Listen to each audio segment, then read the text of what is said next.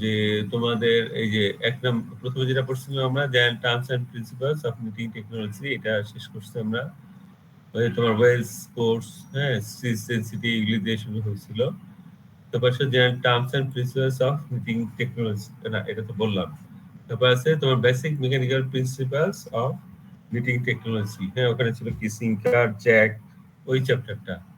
তারপর আমরা এই যে আরেকটা চ্যাপ্টার পড়ছি, এটা আমরা এই বইটা থেকে পড়ছি, যে elements of knitted loop structure, এটা আমরা শেষ করছি। আর এখন আমরা এই 7 নাম্বার দা 4 বেস ওয়েভ নিটেড স্ট্রাকচার, হ্যাঁ, এটা শুরু করব। যে এটা হচ্ছে যে তোমার দা 4 primary base wave knitted structure. হ্যাঁ, ওয়েভ নিটেড মানে আমরা ওয়েভ নিটিং এর মাধ্যমে যে স্ট্রাকচারগুলো তৈরি করি সেগুলো হচ্ছে ওয়েভ নিটেড স্ট্রাকচার। হ্যাঁ, আর এখানে বলতেছে দা 4 প্রাইমারি বেস, মানে আমার একদম মৌলিক যে 4টা বেসিক ডিজাইন আছে, হ্যাঁ, স্ট্রাকচার আছে, সেইগুলা নিয়ে এই চ্যাপ্টারটা। হ্যাঁ, এখানে দেখো যে আমাদের বলতেছে 4 প্রাইমারি বেস স্ট্রাকচারস কি কি আছে। এক হচ্ছে প্লেইন, রিব, ইন্টারলক আর পার্ল। হ্যাঁ, এর মধ্যে প্লেইনটা দেখো, প্লেইনটা হচ্ছে আমার সিঙ্গেল জার্সি স্ট্রাকচার।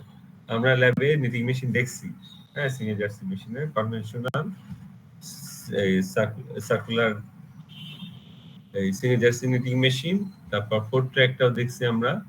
তারপর রিবেও আমরা দুটা মেশিন দেখছি, একটা হচ্ছে রিব সার্কুলার নিটিং মেশিন, হ্যাঁ, যেটা থেকে সিলিন্ডার ডায়াল ছিল। আর আরেকটা দেখছি আমরা ভিভেড নিটিং মেশিন, ওটাও আমরা দেখছি রিব স্ট্রাকচার তৈরি হয়। হ্যাঁ, ওটা থেকে রিব গেটিং থাকে, হ্যাঁ, নিডেল গুলা রিব গেটিং এ সাজানো থাকে। তারপর সেই ইন্টারলক নিটিং মেশিন, এটা আমরা দেখছি কনভেনশনালটা, ওটাতে আমরা নিডেল অ্যারেঞ্জমেন্ট, ক্যাম অ্যারেঞ্জমেন্ট এগুলা দেখছি।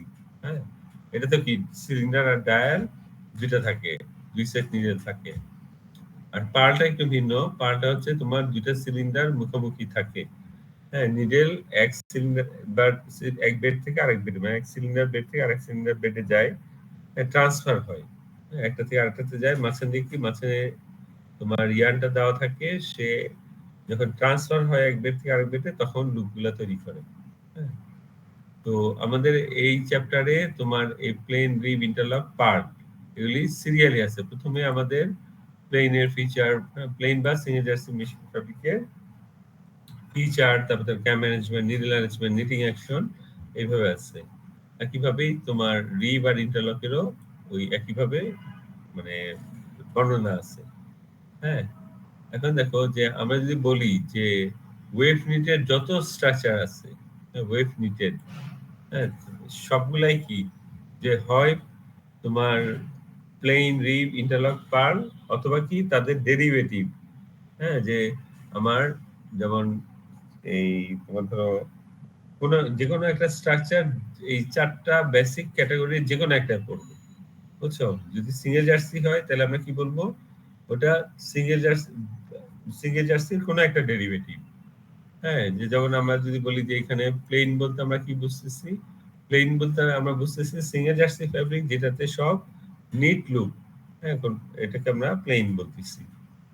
তো যাই হোক, যে এখন দেখো আমরা যদি এদিকে যাই, এই যে এখানে দেখো নিচের দিকে বলা আছে single jersey machines can only produce one type of base structure.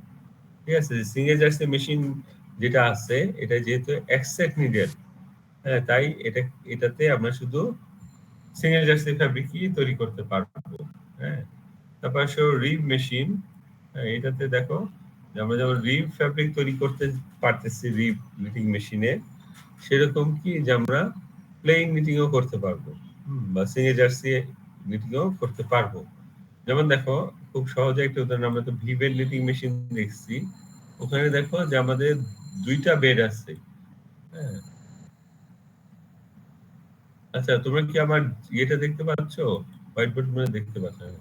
দেখো আমরা যদি রিব নিটিং মেশিন দেখি, হ্যাঁ, যে আমরা যদি সার্কুলার হয় তাহলে বলতেছি সিলিন্ডার ডায়াল, আর যদি আমার ভিভেড হয় তাহলে আমরা বলতেছি ফ্রন্ট বেড, ব্যাক বেড।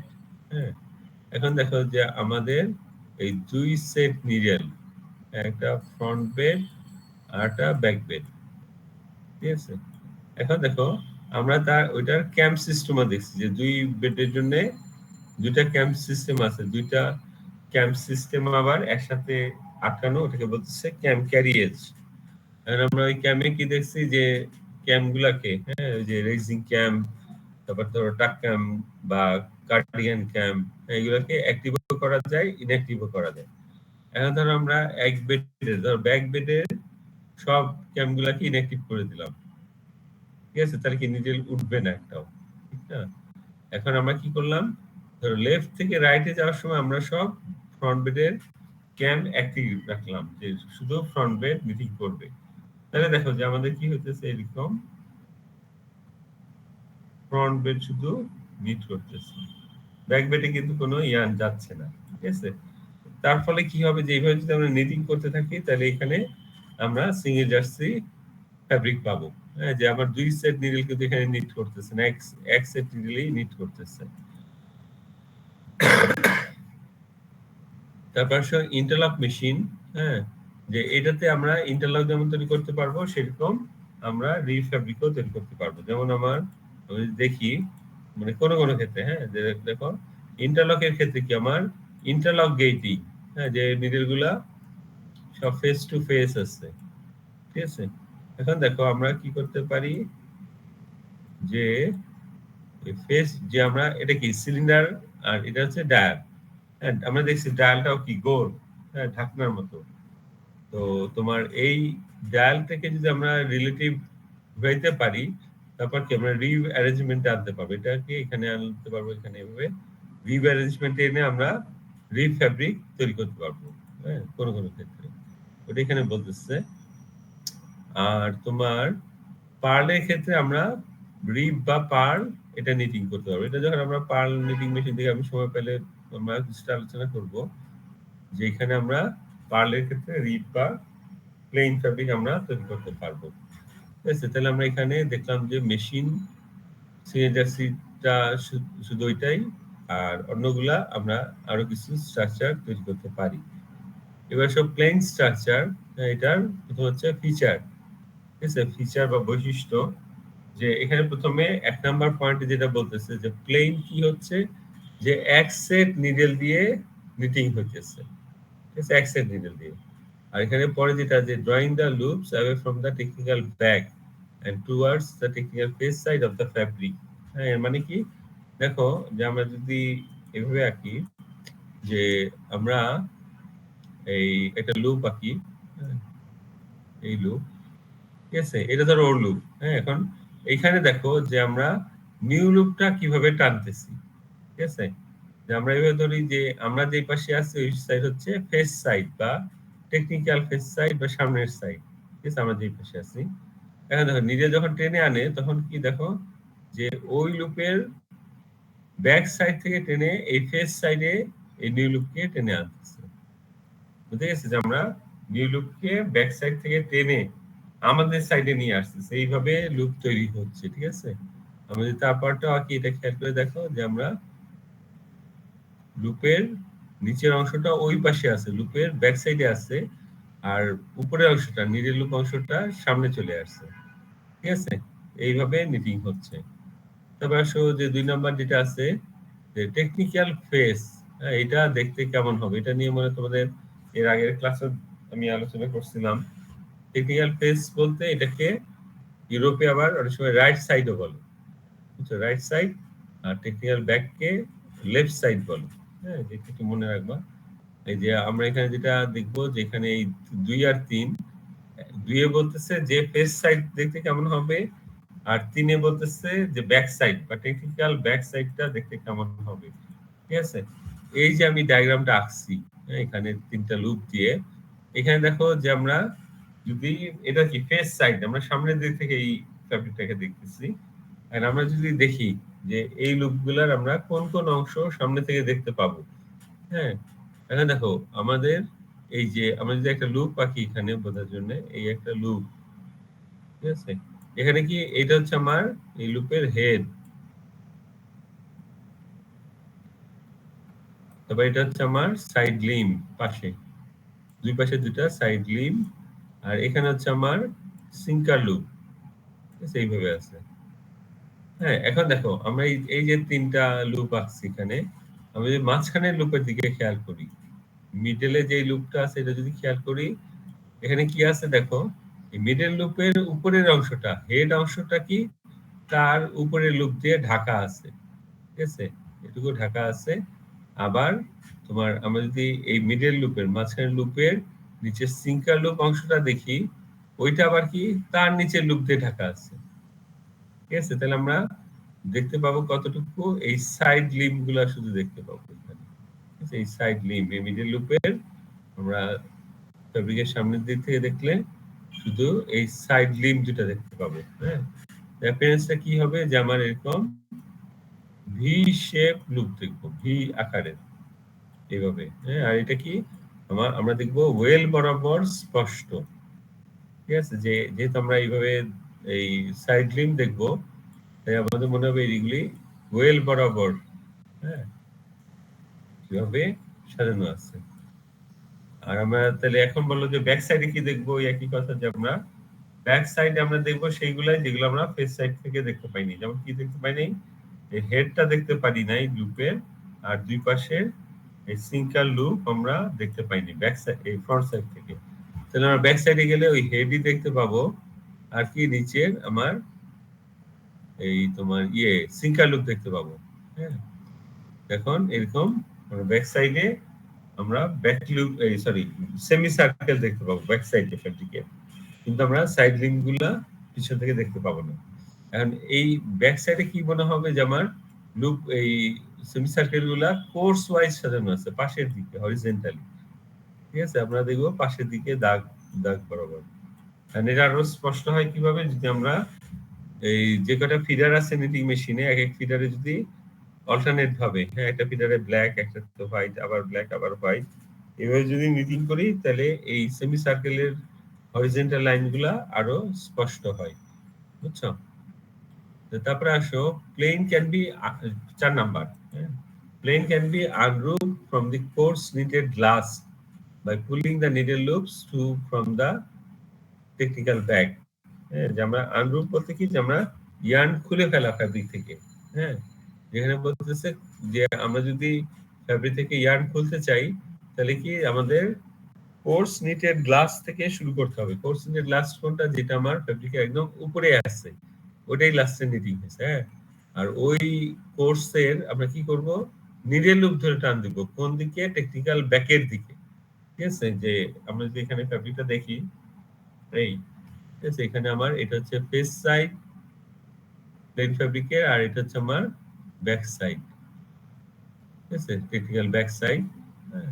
এখন দেখো আমরা যদি এই নিডেল লুপ ধরে টান দেই, হ্যাঁ, জামা তাহলে একটু কোন দিকে টান দিতে হবে, ওই দিকে ব্যাক সাইডে টান দিতে হবে, ঠিক আছে। নিডেল লুপ ধরে আমরা ব্যাক সাইডে টান দেব, আবার কোন লুপ, কোন কোর্সের লুপ ধরে টান দেব, কোর্স নিটেড লাস্ট, যেটা এই একদম উপরে আছে, এইটা নিডেল লুপ ধরে টান দিতে হবে। তাহলে 5 number, it can be unroofed from the course knitted first by pulling the sinker loops through from the technical face side, ঠিক আছে। যে আমরা যদি কোর্স নিটেড ফার্স্ট মানে একদম নিচের, এই যে এইটা, হ্যাঁ, নিচের কোর্স ধরে সুতা খুলতে চাই, তাহলে কি আমাদের সিঙ্কার লুপ ধরে টান দিতে হবে, ঠিক আছে। সিঙ্কার লুপ ধরে টান দিলে ইয়ার্নটা এই আনরুফ হতে থাকবে। আবার কোন দিকে টান দিতে হবে, ফেস সাইডের দিকে, ঠিক আছে, সামনের দিকে টান দিতে হবে। এরপর আসো, loops can be prevented from unroving by binding off. Unroving বলতে আমি কি বললাম, যে খুলে ফেলা, সুতাগুলোকে খুলে ফেলা, হ্যাঁ। যে আমরা যদি দেখি যে এই আমার ফ্যাব্রিক আছে, হ্যাঁ, এই ফ্যাব্রিক আছে, তাহলে আমরা বাইন্ডিং কিভাবে করবো, এই লুপগুলোকে ইনসার্ট করে দেবো সুতার মাথা। আরটা কি করতে পারি, আমরা সিম সেলাই করে আমরা এটাকে ফিক্স করে দিতে পারি। তারপর আসলে আরেকটা জিনিস এখানে আছে, ল্যাডারিং, ল্যাডারিং, ল্যাডার মানে মই, ল্যাডার, ওইটা থেকে এই শব্দটা আসছে ল্যাডারিং। এখানে যেটা বলতেছে 7 নাম্বারে, যদি আমার কোনো নিডেল লুপ, এই ধরো, সরি, যে যদি কোনো আমার ইয়ার্ন ব্রেক করে, ছিঁড়ে যায়, তাহলে কি নিডেল লুপ গুলা আনমেশ ডাউন এ ওয়েল, মানে নিডেল লুপ গুলা খুলে যায়, হ্যাঁ, নিচে এক ওয়েল খুলে যায়, ঠিক আছে, ডাউন এ ওয়েল, হ্যাঁ। আর সিঙ্কার লুপ কি হয়, আনমেশ আপ এ ওয়েল, ঠিক আছে। যে আমরা যদি দেখি এখানে যে ধরো এই আমার ফ্যাব্রিক, ঠিক আছে? এখন দেখো এই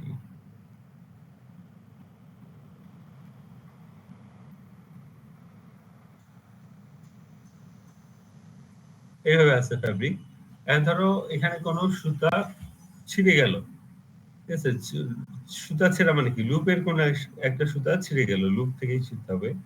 তখন কি হয় দেখো যে অনেকটা এরকম, মানে একটা লুপ যদি ছিঁড়ে যায় তাহলে কি সে যেটাকে আটকে রাখছে ওটা স্ট্রেট হয়ে যাবে, ঠিক না? আবার এইভাবে তোমার দেখো একটা স্ট্রাকচার তৈরি হবে, ঠিক আছে? যেটা দেখে মনে হবে যে এরকম স্টেপ আছে, স্টেপ মইয়ের যেমন স্টেপ থাকে ওইরকম।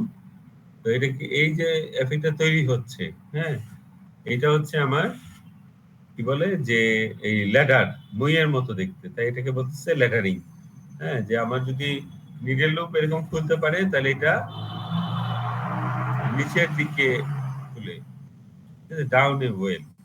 আর যদি সিঙ্কার লুপ খুলে তাহলে আমার এটা উপর দিকে খুলে, ঠিক আছে? তোমরা হয়তো দেখে থাকবে যে মোজাতে অনেক সময় হয় যেরকম মাঝে মাঝে এই কি বলবো স্টেপের মতো গ্যাপ তৈরি হয়, হ্যাঁ? যদি কোনো সুতা ছিঁড়ে যায়, বিশেষ করে বাচ্চাদের মোজায় দেখবো ওরা খেলাধুলা যখন করে, বিশেষ করে অনেক সময় এরকম লেদার দেখা যায়, কারণ তাদের অনেক সময় মানে মোজার সুতা ছিঁড়ে যায়, হ্যাঁ? এটাকে বলতেছে কি ল্যাডারিং, ঠিক আছে? when the fabric is cut and the fabric curls towards the face at the top and bottom, it will curl towards the back at the sides, হ্যাঁ? যে এটাও মানে তোমাদের আলোচনা করে বলছিলাম একবার যে আমার এটাকে বলে কার্লিং, ঠিক আছে? যে কার্ল থেকে কার্লিং, যে আমরা এখানে কি এক সেট নিডেল দিয়ে নিট করতেছি, আর সবগুলা নিডেল কি যে আমার টেকনিক্যাল ব্যাক থেকে টেকনিক্যাল ফেসের দিকে সব লুককে টেনে টেনে আনতেছে, ঠিক আছে? তার ফলে কি হয় যে এটা একটা আনব্যালেন্স স্ট্রাকচার হয়, সব লুপের একদিকে টেন্ডেন্সি থাকে একটা, হ্যাঁ? এখন দেখো আমরা যদি এই নিচের ডায়াগ্রামটা দেখি, এখানে এই যে নিচের ডায়াগ্রাম, এখানে দেখো একটা লুপকে এখানে আলাদাভাবে দেখানো হয়েছে, তার ফোর্স কোন দিকে কাজ করতেছে, ঠিক আছে? এ দেখো যে আমার ওই লুপের হেডের দিকে ওখানে কি যে এই ইন্টারমেশ করার কারণে, হ্যাঁ, সে যেভাবে আটকায় আসছে উপরের লুপ নিচের লুপ দিয়ে আটানোর কারণে, আবার এই সব জায়গায় দেখো যেখানে আমার দুইটা লুপের সুতো একসাথে, যে এইখানে এখানে কি আমার উপরের লুপের সিঙ্কার লুপের অংশ আছে, আবার এই লুপের হেড অংশ আছে, হ্যাঁ? আবার এই পয়েন্টে দেখো, এই পয়েন্টেও তাই, এখানে কিন্তু ডবল হয়ে গেছে সুতা, নিচেও তাই আছে। তো সবকিছু মিলে, হ্যাঁ, যে শুধু সুতা ডাবল এটা না, যে তাদের যে এই কি বলবো যে এই বেন্ডিং হয়ে আছে যেভাবে, তাতে কি হয় যে আমার এই হেড সাইডে, লুপের হেড সাইডে তোমার টেন্ডেন্সি থাকে উপরের দিকে কার্ল হয়ে যাওয়ার, মানে ফেস সাইডের দিকে। নিচের দিকেও টেন্ডেন্সি থাকে সামনের দিকে কার্ল হয়ে যাওয়ার, আর সাইডের দিকে, লুপের সাইডের দিকে কি থাকে, ব্যাক সাইড বা টেকনিক্যাল ব্যাকের দিকে রোল হয়ে যাওয়ার, হ্যাঁ? আমি যদি একটা ফ্যাব্রিক কেটে, সিঙ্গেল জার্সি ফ্যাব্রিক কেটে এরকম ফ্ল্যাট রেখে দেই টেবিলে, তাহলে কি হয় এগুলি রোল করে, হ্যাঁ? যে আমার উপরে ফ্যাব্রিকের টপ আর বটমে কি হয়, সামনের দিকে এরকম কার্ভ করে রোল ফর্ম হয়, আর সাইডের দিকে কি হয়, ব্যাক সাইডের দিকে রোল ফর্ম করে, ঠিক আছে? এটাকে বলে কার্লিং এফেক্ট। এটা কি আমার এই কারণেই সিঙ্গেল জার্সি ফ্যাব্রিককে বলে আনব্যালেন্স স্ট্রাকচার, বুঝছো? যেটা ব্যালেন্স না, হ্যাঁ? কিন্তু আবার আমরা যদি রিবার ইন্টারলক দেখি, ওইখানে কিন্তু ওটাকে আমরা বলতেছি ব্যালেন্স স্ট্রাকচার। হ্যাঁ, কেন? যে আমরা যদি কেটে টেবিলে রেখে দিই ওটা ফ্ল্যাট পড়ে থাকে, ওটা রোল ফর্ম করে না, হ্যাঁ, কোনো দিকেই। আর ওইখানে ওইটার কারণ কি, তোমার রোল ফর্ম না করার বা কার্লিং এফেক্ট নাই কেন রিড বা ইন্টারলকে, যে তোমার ওইটার নিটিংটা হচ্ছে দুই দিকে সুতা লুপ হচ্ছে, ঠিক আছে? একই ফ্যাব্রিকের দুই দিকে লুপ তৈরি হওয়ায় এই যে আমরা এখানে যে এফেক্টটা দেখলাম এটা ব্যালেন্সড হয়ে যাচ্ছে, বুঝছো? তার ফলে ওইগুলো হচ্ছে balance structure, double jersey fabric. এখানে দেখো যে আমাদের তারপরে যেটা আছে, এই যে এখান থেকে এইটুকু এইটুকু আমি যেটা তোমাদের বললাম, এই যে এই ডায়াগ্রামের যে বর্ণনা, হ্যাঁ, ওইটাই এখানে ব্রিফ করা আছে। তারপর 7.2.1 এখানে দেখো এই তোমাদের এই পর্যন্ত, ঠিক আছে, এই পর্যন্ত তোমরা জানো, হ্যাঁ, কিন্তু পড়তে গেলে মানে অতটা মানে অনেকটা বলে খেই হারায় যায়, আমার তাই হয়। এখানে যেটা দেখবা যে আমরা যেভাবে পড়ছি নিটিং মেশিন, হ্যাঁ, যে দেখো আমরা যে এই নিটিং মেশিন যেটাই দেখছি ওখানে কি আমরা নিটিং মেশিনের ফিচার দিয়ে ফার্স্ট আলোচনা শুরু করছি। যেমন 1 নম্বরে কি ছিল ফিচার নিটিং মেশিনের ফ্রেম অর ক্যারকাস, ঠিক আছে। 2 নম্বরে ছিল আমার machine control and drive system. 3 নম্বরে ছিল আমার ইয়ার্ন সাপ্লাই। এইভাবে আমরা 6টা জনে, হ্যাঁ। তারপর 4 নম্বরে ছিল নিটিং সিস্টেম। তারপর 5 নম্বরে ছিল টেক অ্যাওয়ে মেকানিজম। 6 নম্বরে ছিল আমার কোয়ালিটি কন্ট্রোল সিস্টেম, এইভাবে ছিল। এখন দেখবা যে এইখানে যা আছে ওইটারই বর্ণনা। প্রথমে নিটিং সিস্টেমের বর্ণনা আসছে যে নিডেল কিভাবে আছে, সিঙ্কার কিভাবে আছে, হ্যাঁ। তারপর ধর ইয়ান ফিডার, ইয়ান সাপ্লাইয়ের অংশগুলোর বর্ণনা আসছে, হ্যাঁ। তারপরে ধরো তোমার টেক অ্যাওয়ে মেকানিজম, হ্যাঁ। তো এইভাবে বর্ণনা আছে, এটা একটু খেয়াল করে পড়লে বুঝবা। তো এখানে আর একটা জিনিস এখানে তোমাদের দেখানো আছে যে আমার এই যে the center of the cylinder is open and the machine is referred to as an open top or sinker top machine, ঠিক আছে। যে আমরা যদি সিগনেচার নিটিং মেশিন দেখি, সিগনেচার নিটিং মেশিন, ঠিক আছে, সিগনেচার কি ডায়াল নাই, হ্যাঁ, সার্কুলার যেটা মেশিন ওটাতে কোনো ডায়াল নাই, শুধু সিলিন্ডার আছে। আমরা কি উপর থেকে দেখলে সিলিন্ডারের ভিতরেও দেখতে পাই, ঠিক না, যেটা ওপেন। এটাকে এই সিগনেচার নিটিং মেশিনকে ওপেন টপ মেশিন। আর এটাতে যেহেতু সিঙ্কার থাকে, সিঙ্কার কি উপরের অংশেই থাকে, ঠিক না, এই নিডলের সাথে। এই এটাকে ওপেন টপ মেশিন, আর যেহেতু সিঙ্কার আছে তাই অনেক সময় এটাকে সিঙ্কার টপ মেশিনও বলে, হ্যাঁ। তারপরে আসো যে আমাদের রিব মেশিনের থেকে প্লেন মেশিন কি আমার সিম্পল আর দামে সস্তা, ঠিক আছে। যে এটাতে নিডলের সংখ্যা কম, সেই ডায়াল নাই, ক্যামো মানে অতটা অ্যারেঞ্জ করতে হয় না, তাই এইসব কারণে এটা এই মেশিনের প্রাইসটা কম, হ্যাঁ।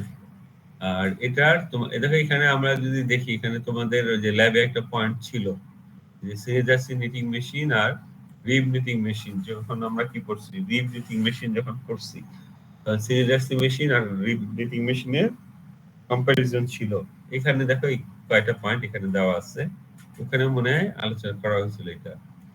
এখন আসো যে আমাদের গেজ, হ্যাঁ, যে আমরা কি জানি যে গেজের সাথে কত কাউন্টের সুতা নিট করতে পারবো ওইটা সম্পর্ক আছে, ঠিক আছে। এখন দেখো যে আমরা যদি হিসাব করতে চাই যে আমার কত গেজের মেশিনে আমরা কত কাউন্টের সুতা নিট করতে পারবো, এখানে দুটো ইকুয়েশন দেওয়া আছে দেখো, NEB = G²/18, হ্যাঁ। NEB বলতে আমার ইংলিশ কাউন্ট, ঠিক আছে, NEB এর মানে কি বুঝবো আমরা, ইংলিশ কাউন্ট, হ্যাঁ। আমরা যে কত গেজের মেশিনে কত কাউন্টের সুতা এই ব্যবহার করতে পারবো তার জন্য এই ইকুয়েশন, যে এখানে হবে আমার G²/18, ঠিক আছে। জিটা কি, এটা হচ্ছে গেজ, হ্যাঁ, এক ইঞ্চিতে কয়টা নিডল আছে ওইটা, হ্যাঁ। আর আরেকটা ইকুয়েশন দেখো, এটা হচ্ছে আমার ওলস্টেড কাউন্টের ক্ষেত্রে, আমি যদি উলের সুতা হিসাব করতে চাই তাহলে এখানে হচ্ছে G²/15, ঠিক আছে। যেটা হিসাব করলে যে জি হচ্ছে এখানেও গেজ, আর এখানে দেখো জিটা একটু জি আর টু যেমন হচ্ছে G2, যেটা হবে G², টুটা আপার ক্যারেট হিসেবে যাবে, হ্যাঁ। এটা একটু খেয়াল করবে, ওইটাতেও আগেরটা তো এখানে এটাতেও G² হবে, হ্যাঁ, একটু খেয়াল রাখুন। তো তারপরে সেখানে কিছু উদাহরণ দেওয়া আছে যে আমার কত গেজের মেশিনে আমরা কত কাউন্টের সুতা ব্যবহার করতে পারবো। এখানে E18 বলতে 1 ইঞ্চিতে আমার 18টা নিডল আছে, এটা বুঝতে হবে, হ্যাঁ। যে আমরা যদি সংখ্যার আগে ই লিখি আমরা বুঝবো এটা গেজ, হ্যাঁ। তারপর NM, হ্যাঁ, NM বলতে আমার এটা গেজ E18 আর NM 1/24 থেকে 1/32। NM বলতে মেট্রিক কাউন্ট, ঠিক আছে, মেট্রিক কাউন্ট। আর এখানে যেটা লেখা আছে দেখো যে আমার 1/24,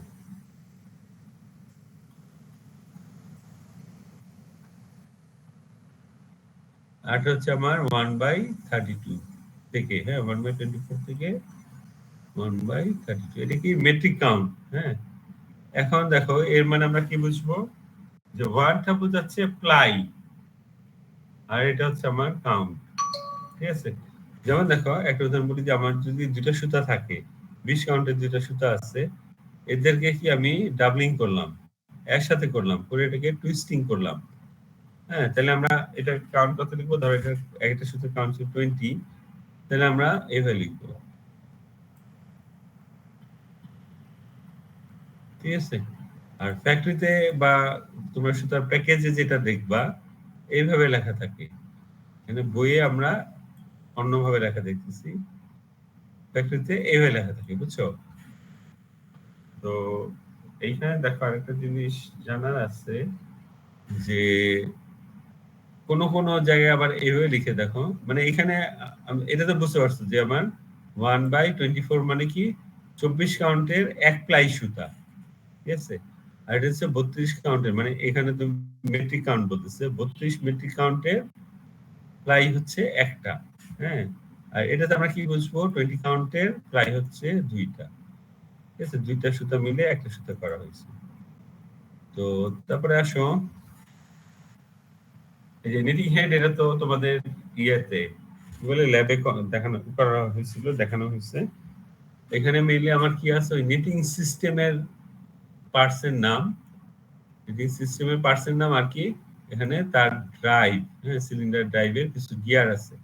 তো এটাও দেখলাম তোমাদের পরীক্ষায় আসে, বুঝছো? তখন এই ডায়াগ্রামে কে এগুলির এই যে নামগুলো দিতে হবে।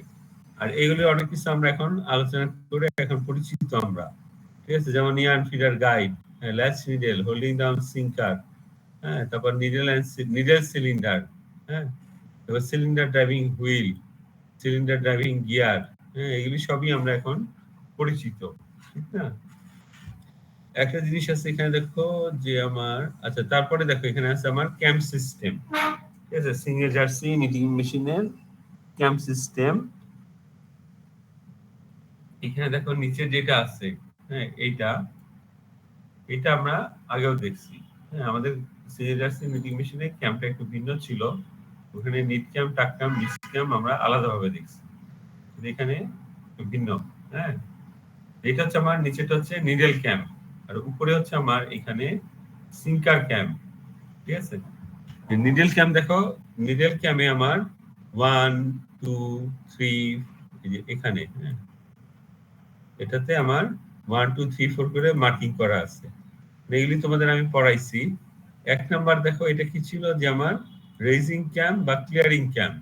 হ্যাঁ, তার উল্টা পাশে দেখো আছে কি 4 নাম্বার, এটা হচ্ছে আমার গার্ড ক্যাম্প। ঠিক আছে, যে এগুলি তো আমি পড়ছি। হ্যাঁ, রেজিং ক্যাম্প উপরে উঠাইতেছে নিডেলকে, তাই এটা রেজিং ক্যাম্প। আবার যেহেতু হুক বা ল্যাচ থেকে ওরলুক ক্লিয়ার হচ্ছে, তাই এটাকে তোমার ক্লিয়ারিং ক্যাম্প বলে। আর গার্ড ক্যাম্পের কাজ কি, 4 নাম্বার যেটা আছে, এটা কাজ হচ্ছে ক্যাম্পটাকে পূরণ করা। হ্যাঁ, আর কোনো কাজ নেই। তারপরে আসো তোমার 3 নাম্বার, এটা ছিল আমার আফথ্রো ক্যাম্প। আফথ্রো ক্যাম্পের কাজ কি, যে নিডেল যখন লুপ নিয়ে নামে তখন নিডেলের উপর একটা টেনশন কাজ করে সুতার। আফথ্রো ক্যাম্প কি করে, নিডেল নামার পরে একটু উপরে উঠায় দেয়, তারপরে কি হয়, ওই টেনশনটা রিলিজ হয়। হ্যাঁ, এবার 2 নাম্বার কি, এটা হচ্ছে আমার স্টিচ ক্যাম্প। ঠিক আছে, 2 নাম্বার এটা স্টিচ ক্যাম্প, যে নিডেলটা কত নিচে নামবে, হ্যাঁ এটা ডিসাইড করে দেখে এই স্টিচ ক্যাম্পটা। আরেকটা জিনিস এখানে খেয়াল করবা, এই 2 আর 3, হ্যাঁ এই যে আমার 2 আর 3, এই স্টিচ ক্যাম্প আর আফথ্রো ক্যাম্প, হ্যাঁ একটাকে নামাইলে আমার আরেকটাকেও নামাইতে হবে। হ্যাঁ, আবার একটাকে উঠাইলে আমার আরেকটাকেও উঠাইতে হবে। ঠিক আছে, এইভাবে অ্যাডজাস্ট করতে হয়। ঠিক আছে, তারপর আসো, যে আমরা যদি এখানে দেখি,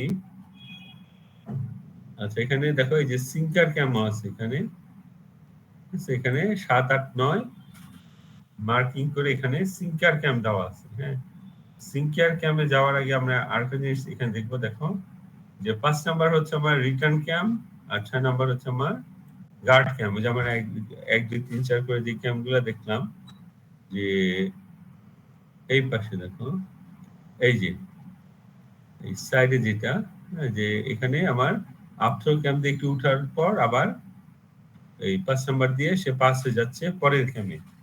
আর 6 নাম্বার হচ্ছে আমার গার্ড ক্যাম্প। হ্যাঁ, গার্ড ক্যাম্প একই অর্থে ব্যবহার হচ্ছে।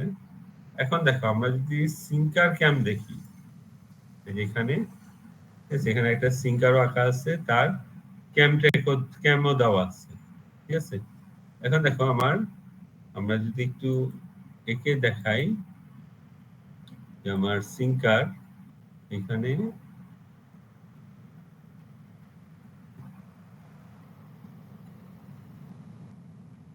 এরকম সিঙ্কার। হ্যাঁ, এখন দেখো এখানে যে খাঁজ কাটা আছে, হ্যাঁ, আর সিঙ্কারে এই অংশটাকে বলতেছে বাট, বাট, এটা সিঙ্কারের বাট, আমরা নিডেলে দেখছিলাম, ঠিক আছে। এখন এই বাট কিন্তু ক্যাম্প ফলো করে না, হ্যাঁ, তার যেখানে গ্রুপ কাটা আছে এইটা তোমার এই সিঙ্কার ফলো, এই ক্যাম্পটা এখানে ইনসার্ট করা থাকে, ঠিক আছে। আমরা যদি দেখি যে সিঙ্কারের ক্যাম্পটা এইভাবে এখানে ইনসার্ট করা থাকে, ঠিক আছে। তার ফলে কি হয়, এই ক্যাম্পটাই তোমার এই যে এখানে দেখো যে আমার 7 8 9, ঠিক আছে, এখানে দেওয়া আছে 7 8 9, এইভাবে এই ক্যাম্পটাই এই সিঙ্কার ফলো করে, এই ক্যাম্প ফলো করেই সিঙ্কার উইথড্র বা ফরওয়ার্ড হয়। হ্যাঁ, এখানে দেখো 7 নম্বরে কি আছে, এই নিচে দেখবে এখানে, যেখানে 7 নম্বরে আছে রেস ক্যাম্প, হ্যাঁ, 8 নম্বরে আছে আমার উইথড্রয়িং ক্যাম্প, আর 9 নম্বরে আছে সিঙ্কার রিটার্ন ক্যাম্প, ঠিক আছে। তাহলে আমার দেখো এবার যদি দেখি আমরা 8 আছে কি 7 আর 9 এর মাঝে, ঠিক আছে। আর 8 কে বলতেছে উইথড্রয়িং ক্যাম্প, ঠিক আছে। উইথড্র মানে কি আমার এই ফরওয়ার্ড পজিশন থেকে ভিতরে চলে আসবে, ঠিক আছে। যে আমরা যেভাবে পড়ছিলাম, তাতে আমরা পড়ছিলাম নিডেল যখন উপরে উঠতেছে তখন কি সিঙ্কার সামনে এসে ওর লুপকে ধরতেছে, ঠিক আছে। এখন দেখো আমরা যদি এখানে দুটাই প্রজেকশন দেওয়া আছে, এখানে দেখো আমরা যদি টোটালটা একবারে দেখি এখানে, তাহলে কি বুঝবো যে আমার দেখো এখানে, হ্যাঁ, যে আমার নিডেল কোথায় উঠতেছে, কোন জায়গাটায় ক্যাম্পে উঠতেছে, এই জায়গাটায়, ঠিক আছে। এই যে আমার এই রেজিং ক্যাম্প অংশে এর সোজাসুজি আছে দেখো 7 নাম্বার ক্যাম্প সিঙ্কারের, তার মানে এখানে আমার আছে যে সিঙ্কার ফরওয়ার্ড পজিশন থাকবে, রেস ক্যাম্প মানে এইটুকু সে পার হয়ে যাওয়া মানে যাচ্ছে, কিন্তু এটা সে তখন ধরে রাখবে। তবে আসো 8 number the sinker withdrawing camp, এটা যদি আমরা এখানে দেখি 8 নাম্বারটা কোথায় আছে, যখন আমার নকওভারে যাচ্ছে, ঠিক আছে, নকওভার পর্যন্ত আমার উইথড্র হয়ে থাকতেছে, মানে পিছনে ফিরে থাকবে। আর 9 নাম্বার যেটা, এটা হচ্ছে সিঙ্কার রিটার্ন ক্যাম্প, মানে সিঙ্কার আবার সামনে আগায় যাবে। হ্যাঁ, দেখো 9 এর পরে কি আবার এখানে আছে আমার 7 নাম্বার, মানে সেই রেস ক্যাম্প, ঠিক আছে। এইভাবে তোমাদের বিশেষ করে সিঙ্কারের এই যেমন সিঙ্কার টাইমিং বলে একটা কোশ্চেন আসে, তখন এই ডায়াগ্রামটাও তোমরা দিবা, বুঝছো। যেখানে যেহেতু আমাদের সবই আছে, নিডেলের সাথে তোমার সিঙ্কারের বর্ণনা আছে, ক্যাম আছে, তাহলে এই ডায়াগ্রামটা ইম্পর্টেন্ট। হ্যাঁ,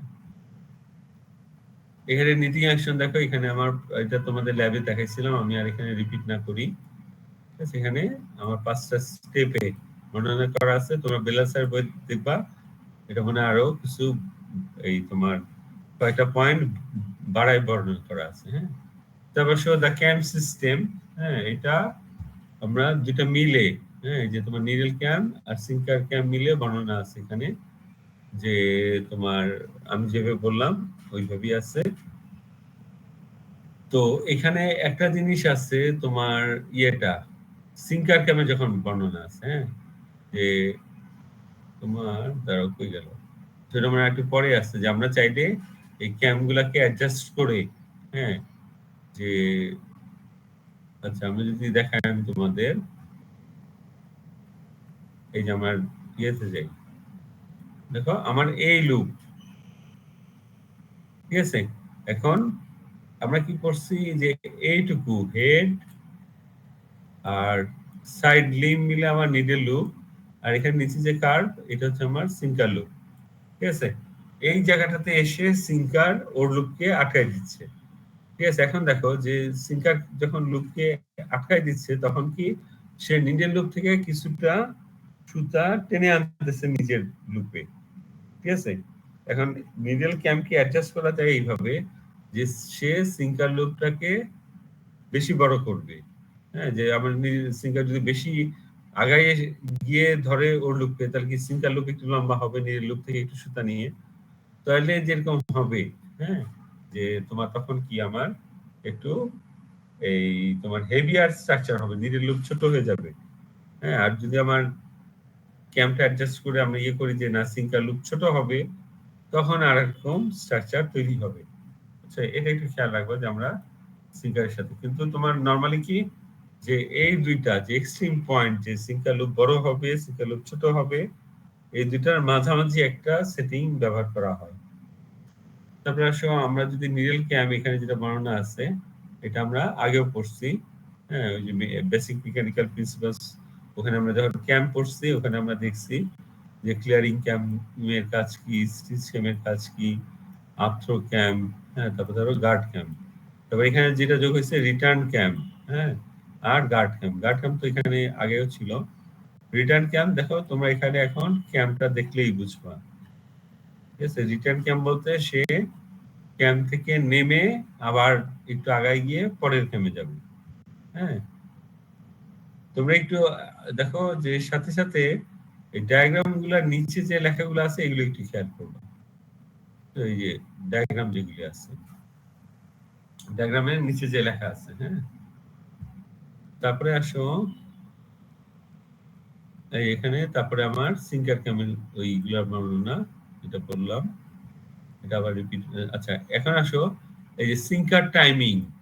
হ্যাঁ, এটা দেখো আমাদের যদি বলা হয় যে সিঙ্কার টাইমিং বলতে আমরা কি বুঝি, এখানে দেখো এই যে প্রথম দুই লাইনে আমাদের একটু মনে রাখতে হবে এখানে এটা কি নিডেলের সাপেক্ষে যে সিঙ্কারের মুভমেন্ট, নিডেল মুভমেন্টের সাথে, হ্যাঁ দেখো the most forward position of the sinker during the knitting cycle is known as the push point।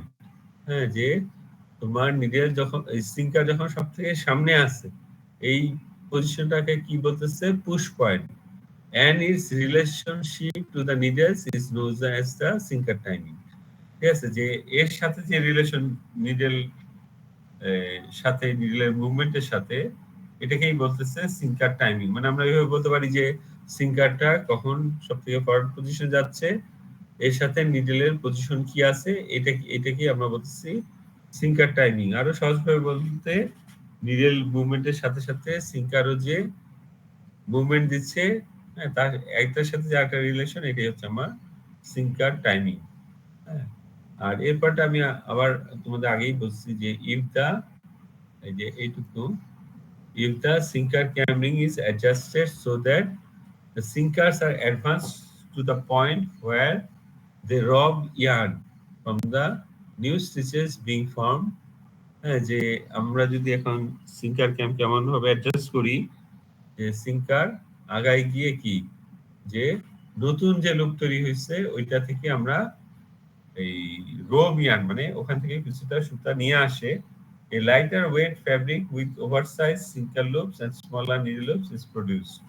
ঠিক আছে? যে সিঙ্কার লুপ বড় হলে কি হবে যে আমার লাইটার ওয়েট ফ্যাব্রিক তৈরি হবে। আর কি ওভারসাইজ সিঙ্কার লুপ মানে সিঙ্কার লুপ অবশ্যই বড় বললামই। আর নিডেল লুপ তখন কি হবে যেহেতু সিঙ্কার এই নিডেল লুপ থেকে রবিং করে সিঙ্কার লুপ কিছুটা তৈরি হচ্ছে, তাই তখন নিডেল লুপ আবার ছোট হবে। হ্যাঁ, অবশ্য if the ring is moved in the opposite direction a tighter heavier fabric is produced। ঠিক আছে? যে আমরা যদি ওই আগে যে পজিশন ছিল ওখান থেকে যদি আমরা বিপরীত দিকে নিয়ে যাই তাহলে কি হবে যে হালকা না সরি টাইটার, হ্যাঁ, যে তোমার মানে তার স্ট্রাকচারটা হবে শক্ত। হ্যাঁ, যেভাবে বললে আবার তাহলে এই তখন সিঙ্কার লুপ ছোট হবে আর কি হবে হেভিয়ার ফ্যাব্রিক তৈরি হবে। ঠিক আছে? আবার সিঙ্কার লুপ ছোট হলে কি হবে নিডেল লুপ বড় হবে। ঠিক আছে? আর নরমালি কি যে আমরা যেই দুটো পজিশন বললাম, একটাতে কি সিঙ্কার লুপ বড় আর একটাতে সিঙ্কার লুপ ছোট, এই নরমালি কি করা হয় এই যে ছোট বড় সিঙ্কার লুপ তার দুটার মাঝামাঝি টাইমিংটা রাখা হয়। ঠিক আছে? আমি যেটা এখানে তোমাদের বলবো যে সিঙ্কার টাইমিং আসলে তোমরা সাথে এই ক্যামের ছবিটা দিবা। বুঝছো? সিঙ্কার ক্যাম আর নিডল ক্যাম। আচ্ছা, তাহলে তো তোমাদের সাথে মোটামুটি শেষ। হ্যাঁ, এই যে কন্ট্রা মিটিং টেকনিক, এই তোমার সিগনেচার এই প্লেন ফ্যাব্রিকটা আমার শেষ হলো। এরপর একটা আছে আমরা রিভ, যদি শেষ করে আমার মনে হয় ইন্টারলক আমরা ওই দিনই শেষ করতে পারবো। বুঝছো? এটাতে খুব বেশি জিনিস নাই। আর কিছু জিনিস তোমাদের ল্যাবে আলোচনা করা হয়েছে রিভের। যেখানে যেটা লাস্ট টপিক আছে এটা সংক্ষেপে বলি যে কন্ট্রানিটিং টেকনিক এই ক্ষেত্রে, আচ্ছা থাক, এটা আমরা পরে এক সময় ইয়েতে আলোচনা করবো। তোমাদের কি সিঙ্গে জার্সি প্লেন ফ্যাব্রিকটা আমরা শেষ করলাম। হ্যাঁ, এরপর আমরা রিপ, তারপর ইন্টারলক করব। তোমরা যে সাথে একটু বেলাল স্যারের বইটা দেখো, বুঝছো? ওইখানে আমার মনে হচ্ছে সুন্দরভাবে সহজভাবেই আছে। আর স্যারের বইয়ে স্যার প্লেনে কি শুধু নিট স্ট্রাকচারই হবে না, মানে নিট লুপই হবে নাকি মিস বা টাকও হতে পারে? না, প্লেনে আমরা নিট লুপই বুঝবো, বুঝছো? যদি অন্য ডিজাইন হয় ওগুলির নাম আছে আলাদা, বুঝছো? জি স্যার। তাহলে আজকে এই পর্যন্ত থাকুক। হ্যাঁ, যেমন তোমরা উইভিং এ, আচ্ছা ভালো কথা, তোমরা কি এফএসডি পড়ছো, ফ্যাব্রিক স্ট্রাকচার এন্ড ডিজাইন? জি স্যার। ওখানে কি আমরা প্লেন স্ট্রাকচার পড়ছি না? জি স্যার, ও উইভিং এ করেছিলাম, মানে ওভেন ফ্যাব্রিক। উইভিং এ কি আমরা প্লেন স্ট্রাকচার পড়ছি উইভিং এ? জি স্যার।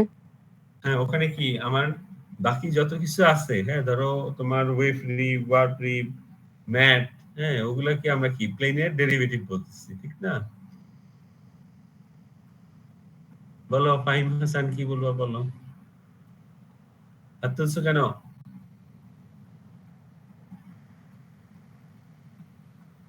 আচ্ছা, তোমাদের শিডিউলটা কি বলছিলাম?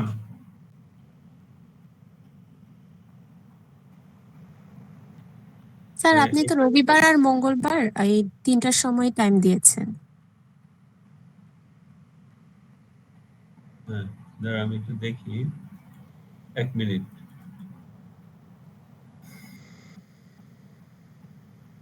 এখানে তোমাদের, দাঁড়া 1 মিনিট, এটা হচ্ছে তোমার টিএফটি।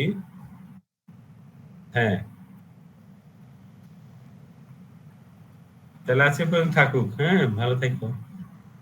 আল্লাহ হাফেজ। আসসালামু আলাইকুম স্যার।